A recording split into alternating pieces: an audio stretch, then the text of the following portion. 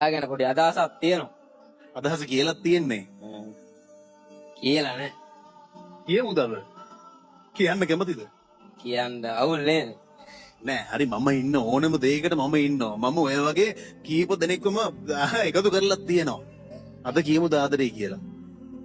එයා කැමති දන්නේ නැහැ. කැමති වෙන අකමැති වෙන එක එයාගේ වැඩක් නේ. අපි මුලින් ආදරේ කියලා තියෙනවා. තාම කිව්වේ නෑනේ. නෑ නෑ. හා?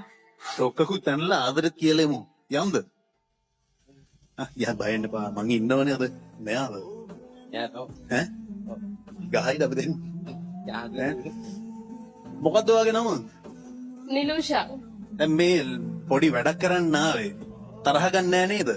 නෑ තරහයයිද? නෑ. මෙයා ඔයාට ඩොකුවනිනවල නේද? ඔව් ටිකක් අර්ධ කර. වදයක්ද? එන්නකො මම ළඟට. හා? වදයක් කියලා කියනවා. දැන් ඩොක්ක කනින්නද කැමති? ඇල්ල බලමුනේ. කරලා බලන්න දෙන්නම්. මම මේ පැත්තල ඉන්න කොයි එකටත්. මෙයාට කියන්න දෙයක් තියෙනවලු. හරිද? ඒක හැබැයි අපි දන්නේ නැහැ මොනව වෙයිද කියලා. කියලා බලමුද? හරි ඔයා මොකක් හරි කියන්නේ ඉතින් ඔයාට දැන් කියන්න දෙයක් තියෙනවා කිව්වනේ මං කිව්වේ මගෙත් එක්ක කතා වෙලා කිසි බයක් නැතුව කියමු කියලා. පොඩි කැමැත්තක් තියෙනවා මෙයාගේ. ඒක කියමු ඉතින් ඒ කැමැත්තක් තියෙනවලු. ඔයා මොකද කියන්නේ? හිතලා බලන්න ඕනේ. දැන් මෙච්චර කල් දැනිලා නැද්ද ඒක? දැයිලා තියෙනවා.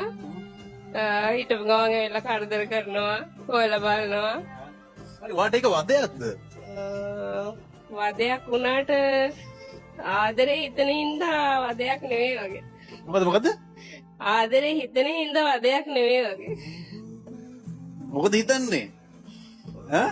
මොකද සතුටුයිද? සතුටුයි. මොකටද සතුටු එයාට? එයාටත් මංගේ නාදයක් දැනලා තියෙනවනේ.